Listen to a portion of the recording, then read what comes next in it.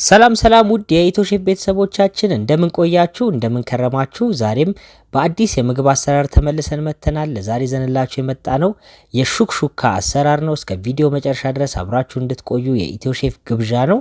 አብራችሁን ቆዩ።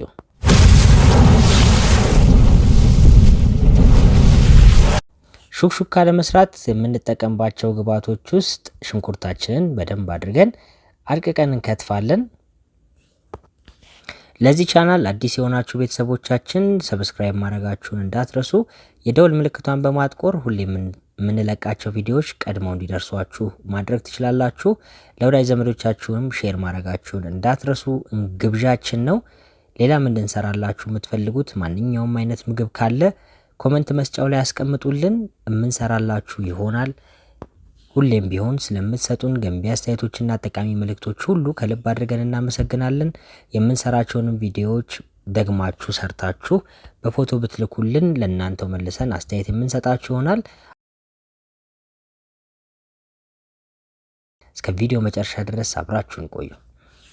ሌላው በመቀጠል የምንጠቀመው ነጭ ሽንኩርት ነው። ነጭ ሽንኩርታችንን ለማጣፈጫነት ከምንጠቀምበት ግብአቶች ውስጥ አንዱ ስለሆነ በምታዩት መንገድ ደቀቅ አድርገን እንከትፋለን። ካሮታችንንም ፈቅፍቀን ማዘጋጀት እንችላለን ማለት ነው። ሌላኛው ግብአታችን ቲማቲም ነው። ቲማቲማችንንም በደንብ አድርገን አድቅቀን እንከትፈዋለን። እንደ ፍላጎታችሁ ቲማቲማችሁን መፈቅፈቅም ትችላላችሁ፣ አሊያም ደግሞ መቀጥቀጥም ትችላላችሁ።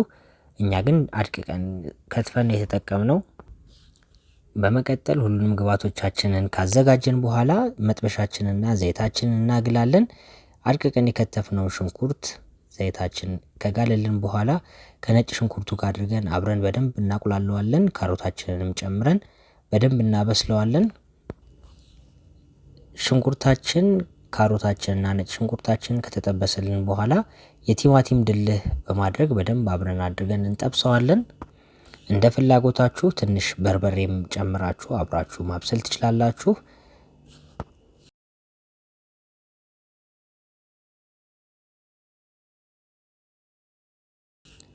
ትንሽ ውሃ ጠብ እያደረግን በደንብ እናበስለዋለን።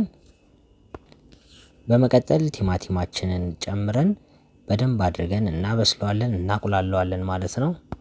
በምትመለከቱት መንገድ በደንብ ከበሰለልን በኋላ መሃሉን ለእንቁላላችን ማስቀመጫ ከፈት እናደርጓለን። በማማሰያችን በምትመለከቱት መልኩ እንግዲህ እንቁላላችን ንጹህ መሆኑን መጀመሪያ እርግጠኛ መሆን አለብን። ንጹህ እንደሆነ እርግጠኛ ከሆንን በምታዩት መንገድ ያጎረጎድነው ቦታ ላይ ቁጭ እያደረግን ሁሉም ጉድጓድ ቦታዎቻችን ላይ በምትፈልጉት መጠን በአራትም በሶስትም በሁለትም እንደ ፍላጎታችሁ መጠቀም ትችላላችሁ። እኛ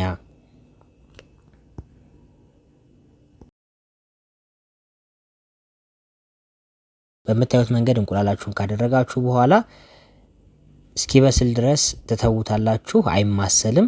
ከበሰለ በኋላ እንግዲህ በምታዩት መንገድ አውጥተን ለገበታ ማቅረብ እንችላለን ማለት ነው። ለልጆች ለኛም በጣም ተስማሚ የሆነ ምግብ ነው። እንድትሞክሩት ሁላችሁንም እንጋብዛለን።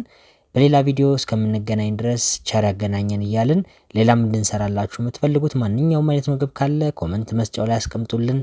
እናመሰግናለን።